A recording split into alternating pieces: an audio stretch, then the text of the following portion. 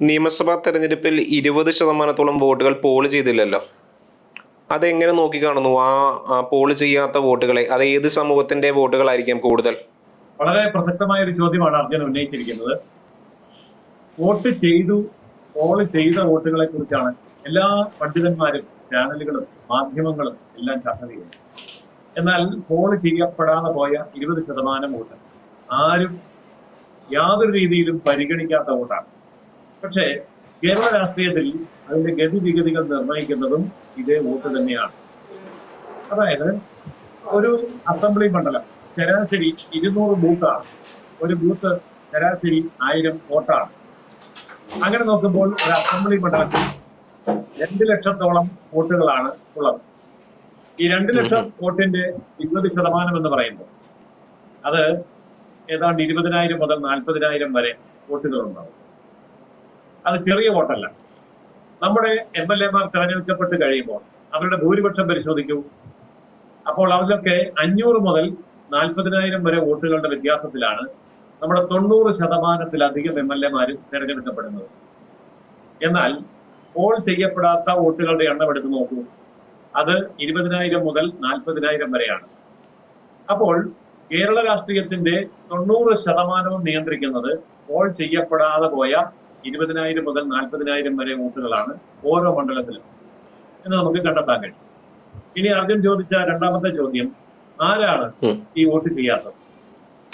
ആരാണ് വോട്ട് ചെയ്യാത്തതെന്ന് അന്വേഷിക്കുമ്പോൾ നമുക്ക് വളരെ കൃത്യമായി അത് കണ്ടെത്താൻ കഴിയും. വോട്ട് ചെയ്യാതെ പോയ ഒരു മുസ്ലിമിനെ കാണിക്കാൻ കഴിയുമോ? ഏതെങ്കിലും ഒരു മുസ്ലിം വോട്ട് ചെയ്യാതെ പോയിട്ടുണ്ടെങ്കിൽ അയാൾ ICU-വിൽ കിടക്കായിരിക്കും, അല്ലെങ്കിൽ അതുപോലെ പ്രധാനപ്പെട്ട ഏതെങ്കിലും ഓപ്പറേഷൻ വിധേയമായിട്ടുണ്ടായിരിക്കും, അതല്ലെങ്കിൽ അദ്ദേഹത്തിന് ചലനശേഷി നഷ്ടപ്പെട്ടിട്ട് ആ രീതിയിലായിരിക്കും. അങ്ങനെ വളരെ ഗുരുതരമായ എന്തെങ്കിലും പ്രശ്നങ്ങൾ കൊണ്ട് വോട്ട് ചെയ്യാതെ പോയ വിരലിൽ എണ്ണാൻ പോലും ഇല്ലാത്ത മുസ്ലിങ്ങൾ വോട്ട് ചെയ്തിട്ടുണ്ടാവില്ല. ക്രിസ്ത്യാനികളെ എടുത്തു നോക്കൂ. വിദേശത്തായി പോയി, ഫ്ലൈറ്റ് കിട്ടിയില്ല, പരീക്ഷയായി പോയി, അങ്ങനെ വളരെ ഗുരുതരമായ തടസ്സങ്ങളല്ലാത്ത എല്ലാ പ്രശ്നങ്ങളെയും മാറ്റിവെച്ച് 10,000-കണക്കിന് രൂപ ഫ്ലൈറ്റ് ടിക്കറ്റ് മുടക്കി ക്രിസ്ത്യാനികൾ വിദേശത്ത് നിന്ന് വന്ന് വോട്ട് ചെയ്യും. ഇന്ത്യയിലെ ഏത് ഭാഗത്തു നിന്നും 1000-കണക്കിന് രൂപ മുടക്കി നാട്ടിൽ വന്ന് വോട്ട് ചെയ്യും. വിദേശത്തുള്ള കന്യാസ്ത്രീകൾ, സ്വദേശത്തെ മറ്റ് സംസ്ഥാനങ്ങളിലുള്ള കന്യാസ്ത്രീകൾ, 1000-കണക്കിന് കന്യാസ്ത്രീകൾ വൻതോതിൽ വന്ന് വോട്ട് ചെയ്തിട്ട് തിരിച്ചു പോകും. അപ്പോൾ പിന്നെ വോട്ട് ചെയ്യാത്ത ആരാണ്? വോട്ട് ചെയ്യാത്തത് കൃത്യമായി നമുക്ക് മനസ്സിലാക്കാൻ കഴിയാം. 99% പേരും ഹിന്ദുക്കളാണ്. എന്തുകൊണ്ടാണ് ഹിന്ദു വോട്ട് ചെയ്യാത്തത്? വോട്ട് ചെയ്യാത്ത ഹിന്ദുക്കളെ ഒന്ന് തരംതിരിച്ച് പഠിച്ചു നോക്കൂ. നല്ല വിവരവും വിദ്യാഭ്യാസവും ഉള്ളവരാണ്, സാമ്പത്തിക സ്ഥിതി ഉള്ളവരാണ്, വീട്ടിൽ തന്നെ വാഹനങ്ങളുള്ളവരാണ്. ഇങ്ങനെ പല കാറ്റഗറിയിലും നമുക്ക് കാണാൻ കഴിയും. അതായത് എല്ലാവരും സമ്പന്നരാണ് എന്നല്ല ഞാൻ പറഞ്ഞത്. അതിൽ തൊഴിലാളികളുണ്ട്, സമ്പന്നരുണ്ട്, ദരിദ്രരുണ്ട്, മധ്യവർഗമുണ്ട്, പല വിഭാഗക്കാരുണ്ട്. ഏറിയ കൂറും വിദ്യാർത്ഥികളും ചെറുപ്പക്കാരുമാണ്. അപ്പോൾ ഏറിയ കൂടും വിദ്യാർത്ഥികളും ചെറുപ്പക്കാരും വിദ്യാസമ്പന്നരും സമ്പന്നരും അങ്ങനെ വിവിധ വിഭാഗങ്ങളിൽപ്പെടുന്ന ഹിന്ദുക്കളാണ് ഈ 20,000 മുതൽ 40,000 വരെ വരുന്ന വോട്ട് ചെയ്യാത്ത 20%-ൽ ഉൾപ്പെടുന്നത്. പക്ഷേ നമ്മൾ വളരെ വ്യക്തമായി മനസ്സിലാക്കേണ്ട ഒരു കാര്യമുണ്ട്. അടുത്ത മാസം 4-ാം തീയതി റിസൾട്ട് പുറത്തു വന്നു കഴിയുമ്പോൾ മുന്നണി ഏതുമാവട്ടെ, LDF ആണെങ്കിലും UDF ആണെങ്കിലും, മന്ത്രിമാരെ നിശ്ചയിക്കുന്ന സമയത്ത് 6-ാം മന്ത്രിയും 7-ാം മന്ത്രിയും മന്ത്രിയുടെ പുറമെ സ്പീക്കറും വിപ്പും എല്ലാം വീതം വെച്ചെടുക്കുമ്പോൾ, അതുപോലെ തന്നെ വകുപ്പുകൾ വീതം വെച്ചെടുക്കുമ്പോൾ, ഖജനാവിന്റെ മഹാഭൂരിപക്ഷവും സ്വന്തമാക്കി വെക്കാൻ കഴിയുന്ന വകുപ്പുകൾ സമുദായവും മതവും തിരിച്ച് വീതം വെച്ചെടുക്കുമ്പോൾ അവിടെ രാഷ്ട്രീയമില്ല. അവിടെ ക്രിസ്ത്യാനിയും മുസ്ലിമും മാത്രമേ ഉള്ളൂ. അപ്പോൾ നമുക്ക് കിട്ടേണ്ടതൊക്കെ കിട്ടണം. മതമാണ് മതമാണ് മതമാണ് മുഖ്യം എന്ന് പ്രസംഗിക്കുന്ന നേതാക്കന്മാരും, കഴിഞ്ഞ കാലം മതത്തിന് കിട്ടാതെ പോയത് പിടിച്ചു വാങ്ങുന്നത് ഞങ്ങളുടെ അവകാശമാണെന്ന് പറയുന്ന നേതാക്കന്മാരും അധികാരം പങ്കുവെക്കുന്നിടത്ത് ഈ വോട്ട് ചെയ്യാതെ പോയ 40,000 ഹിന്ദുക്കൾ പുറത്താണ് നിൽക്കേണ്ടി വരിക എന്നുള്ളതും നമ്മൾ കഴിഞ്ഞ കാലങ്ങളിൽ കണ്ടതാണ്. പക്ഷേ ഒരു ചാനലും ചർച്ച ചെയ്യാത്ത ഒരു വിഷയമാണ്. ഒരു ചാനലിലും ഈ ചർച്ച ഉണ്ടാവില്ല. വോട്ട് ചെയ്യാതെ പോയത് ആര് എന്ന് ചർച്ച ചെയ്യാനുള്ള ധൈര്യം ഒരു ചാനലിനും ഉണ്ടാവില്ല, ഒരു പത്രത്തിനും ഉണ്ടാവില്ല, ഒരു ബുദ്ധിജീവിക്കും, ഒരു ചിന്തകനും, ഒരു പണ്ഡിതനും ഉണ്ടാവില്ല. ഏതായാലും നമ്മുടെ ചാനൽ ഈ വിഷയം ചർച്ച ചെയ്യാൻ ധൈര്യം കാണിച്ചത് ഞാൻ അഭിനന്ദിക്കുകയാണ്. കേരള രാഷ്ട്രീയം ആരൊക്കെ എങ്ങോട്ടൊക്കെ കൊണ്ടുപോകുന്നു എന്നുള്ളതിന്റെ കൃത്യമായ കണക്കാണ് ചെയ്യാതെ പോയ വോട്ടുകൾ. അപ്പോ ആ, വൻതോതിൽ ഒരു ന്യൂനപക്ഷ കൺസോൾട്ടേഷൻ നടന്നിട്ടുണ്ട് അല്ലേ? ന്യൂനപക്ഷ കൺസോൾട്ടേഷൻ നടന്നിട്ടുണ്ട് എന്നുള്ളതല്ല, ന്യൂനപക്ഷങ്ങൾ വോട്ട് ചെയ്യുന്നതിന്റെ പ്രാധാന്യം നന്നായിട്ട് അറിയാം.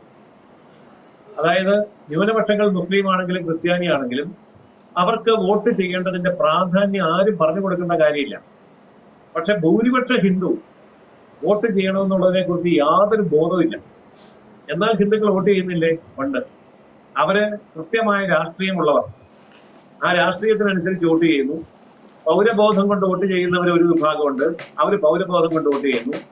പക്ഷെ അപ്പോഴും 20% ആര് ഭരിച്ചാൽ എന്താ, ആര് വോട്ട് ചെയ്താൽ എന്താ, ചെയ്തില്ലെങ്കിൽ എന്താ, ഭരണം നടന്നാൽ എന്താ, നടന്നില്ലെങ്കിൽ എന്താ, അഴിമതിക്കാരായാൽ എന്താ, അല്ലെങ്കിൽ എന്താ, ഇങ്ങനെ ഒരു നിസ്സംഗഭാവത്തോടെ നിസ്സാരമായിട്ട് ഈ കാര്യത്തെ കാണുകയും പരമപുച്ഛത്തോടെ തെരഞ്ഞെടുപ്പിനെ കുറിച്ച് സംസാരിക്കുകയും ചെയ്യുന്ന ഹിന്ദുക്കളാണ് ദുരവസ്ഥയിലേക്ക് പതിക്കാൻ പോകുന്നത്.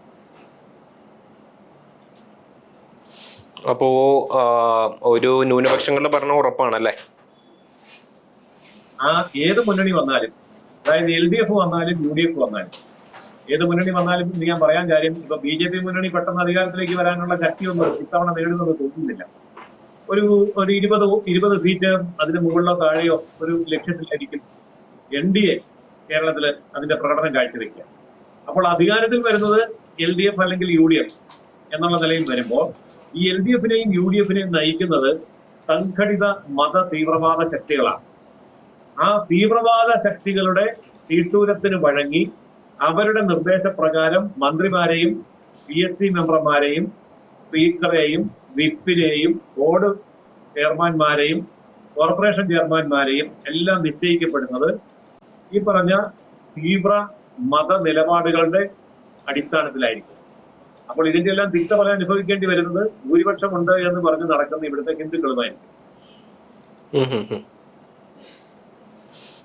അപ്പോ കേരളം ശരിക്കും ഒരു വളരെ കഷ്ടകരമായിട്ടുള്ള അവസ്ഥയിലേക്കാണ് പോകുന്നല്ലേ? തീർച്ചയായിട്ടും അതെ.